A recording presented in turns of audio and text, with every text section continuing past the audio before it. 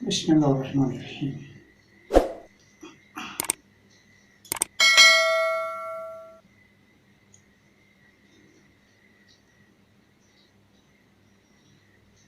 बिस्मिल्लाहिर्रहमानिर्रहीम।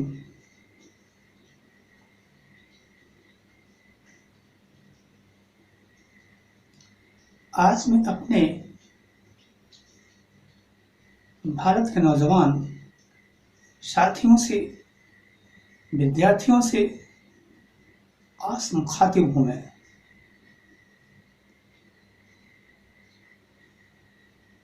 ऐ मेरे बच्चों, ऐ मेरे विद्यार्थियों,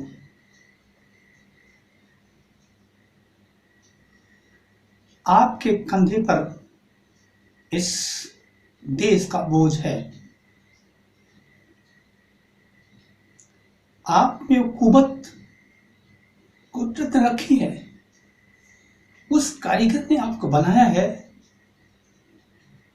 जो कभी गलती नहीं करता है। हर इंसान को उस परवरदिगार ने बनाया है जो कभी कोई चूक नहीं करता है। आपको सोचने समझने की बेहतरीन सलाहियत दी है, दिमाग दिया है, आंखें दी हैं, बेहतरीन 2 हाथ दिए हैं, बेहतरीन 2 पैर दिए हैं। इसका मकसद है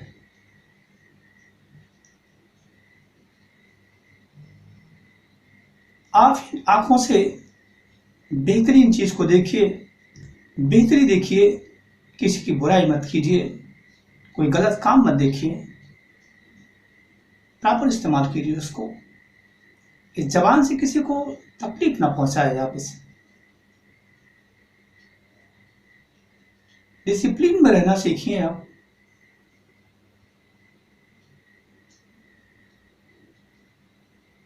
इन हाथों से मदद करना सीखें। जिनके पास हाथ नहीं है उनसे पूछा जाए हाथ की कीमत क्या होती है। अल्लाह ने हाथ को पैदा किया है, देने के लिए पैदा किया है। दूसरों को मदद की जाए इन हाथों से। आप उनकी मदद करेंगे, खुदा आपकी मदद करेगा। अल्लाह कहते हैं कुरान करीम में, तुम जमीन वालों पर रहम करो, आसमान वाला तुम पर रहम करेगा।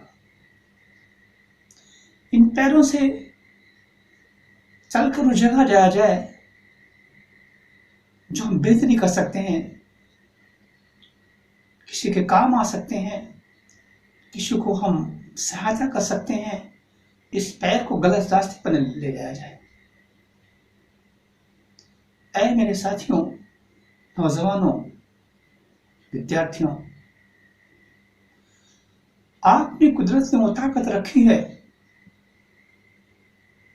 कि आप उड़ सकते हैं, आप शेर की तरह दहाड़ सकते हैं। लेकिन आपको अपनी ताकत को पहचानना होगा। हर इंसान में कुदरत ऐसी ताकत रखता है जिसे वो मरने के पहले पहचान ही नहीं पाता है।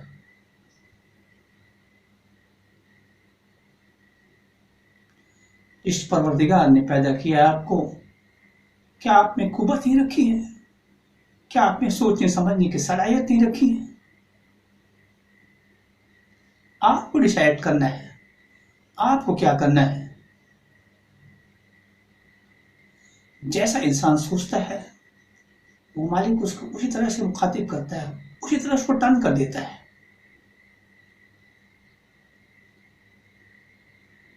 आपको उस परवरदिगार ने उड़ने के लिए पैदा किया है। आप जमीन पर रेंगते हो क्या? आप कीड़ों की तरह रेंगना क्यों सीखा आपने? रेंगने के लिए इंसान को अल्लाह ने पैदा नहीं किया है।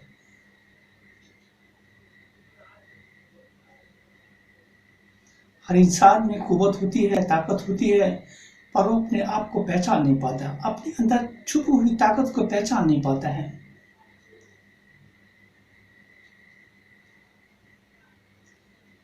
जैसे कि मुझे एक स्टोरी याद आ रही है। एक शेर और शेरनी अपने बच्चे के साथ जा रहे थे, शिकार पे जा रहे थे, घूम रहे थे, टहल रहे थे, और इत्तेफाक से वो बच्चे अपने माँ बाप से बिछड़ गए, छूट गए।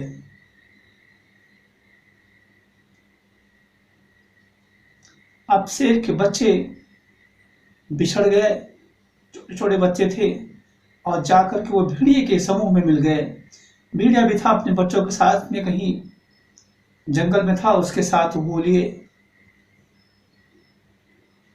काफी दिनों तक उस भेड़िए के साथ में उस शेर के छोटे छोटे बच्चे रहने लगे, आपस में घुल मिल गए।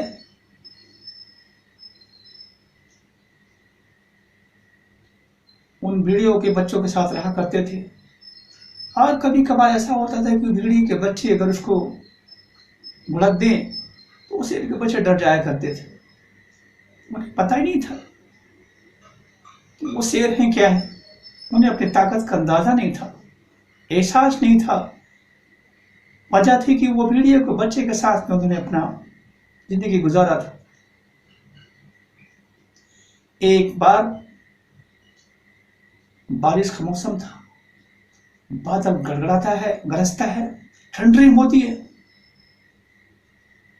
जब बादल गरजता है कि बच्चे तो शेर के थे, जोश आया, उन्हें भी आवाज निकाली।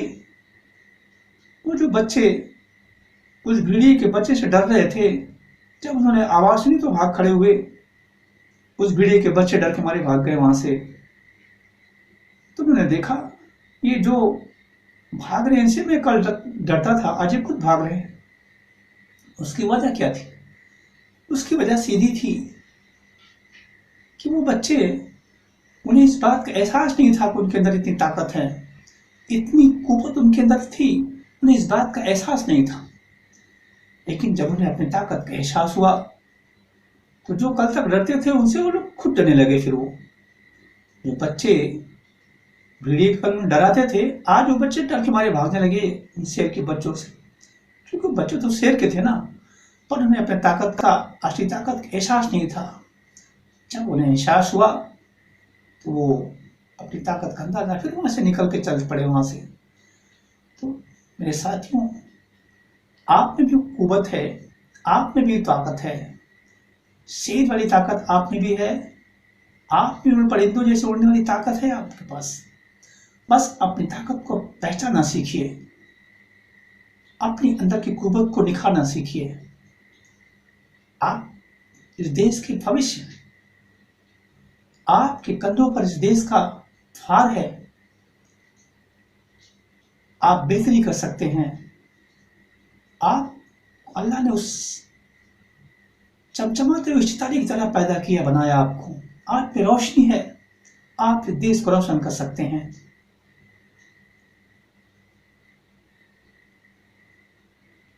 आप इस देश के मुस्तकबिल हैं।